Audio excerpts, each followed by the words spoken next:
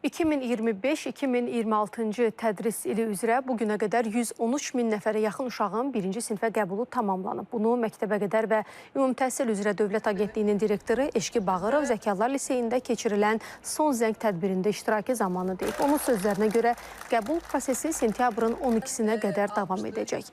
Eşqi Bağırov həmçinin əlavə edib ki, Məktəbəqədər hazırlıq qruplarına qəbul üçün qeydiyyat 21 iyun 2025-ci il tarixindən etibarən start götürəcək.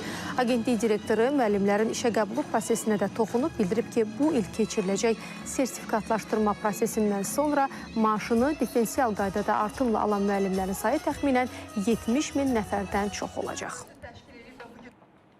Müəllimlərin işə qəbulu imtahanları ilə bağlı artıq qeydiyyat prosesi başa çatıb. Orada da rekord sayda müraciət qeydə alınıb və bu əvvəlki illərdən fərqli olaraq bu il 70 minə yaxın namizəd müraciət edib müəllim adını qazanmaq üçün. İmtahanların test imtahanı mərhələsidir növbəti mərhələ. Bu düşünür ki, iyul ayının ilk 15 günlüyü ərzində keçiriləcək, amma daha dəqiq məlumatlar biz yəqin ki, ictimaiyyətlə və namizədlərlə bölüşəcəyik.